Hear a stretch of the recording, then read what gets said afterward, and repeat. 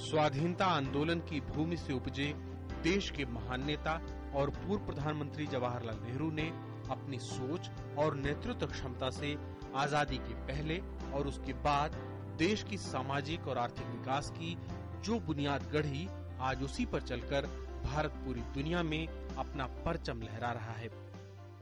हिंदुस्तान किसी एक फिरके का मुल्क नहीं है, एक मजहब वालों का नहीं है, बल्कि बहुत किस्म के लोगों का है, बहुत धर्म और मजहबों का है।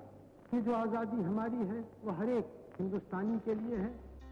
स्वाधीनता आंदोलन में नेहरू जी अपनी नई सामाजिक और आर्थिक सोच के लिए जाने जाते हैं।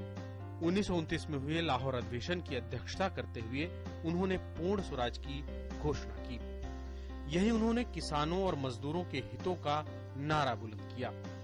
कैबिनेट मिशन योजना के तहत जब भारत में अंतरिम सरकार बनी तो नेहरू जी ने इस सरकार का नेतृत्व किया। आखिरकार 15 अगस्त 1947 को भारत में अंग्रेजों का सूर्य अस्त हो गया और लाल किले पर तिरंगा फहराया गया। आजादी के बाद उन्होंने देश को कृषि और औद्योगिक विकास के रास्ते पर आगे बढ़ाने का फैसला किया। इसके लिए उन्होंने भाखड़ा नांगल और रिहंद बांध जैसी बहुउद्देशीय परियोजनाएं शुरू की। साथ ही भिलाई और बोकारो इस्पात कारखाना स्थापित कराया।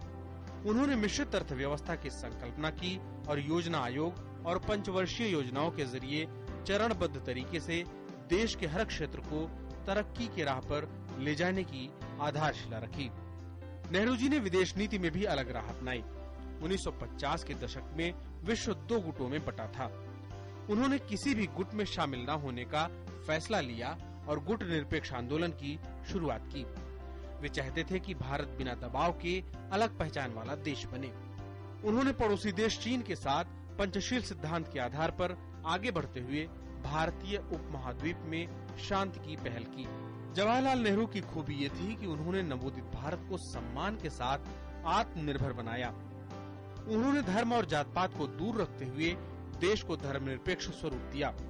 नेहरू जी ने भारतीय लोकतंत्र को सजाने और संवारने के लिए जिन सिद्धांतों को गढ़ा वो सदियों तक हमारा मार्गदर्शन करते रहेंगे। Ajay Vikram Singh, DD news.